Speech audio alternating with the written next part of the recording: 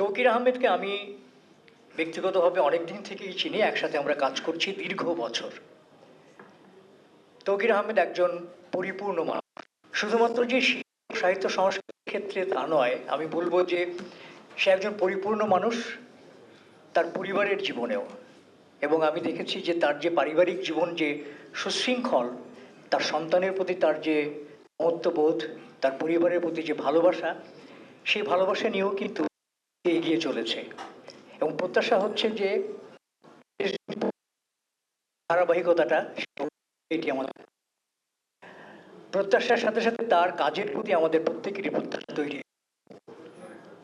তৌকির আহমেদ তার কাজের মাধ্যমে ইতিমধ্যে একটা ইনস্টিটিউশন হয়ে দাঁড়িয়েছেন এবং নতুন প্রজন্মের কাছে তার প্রত্যাশাটা কিন্তু অনেক বেড়েছে।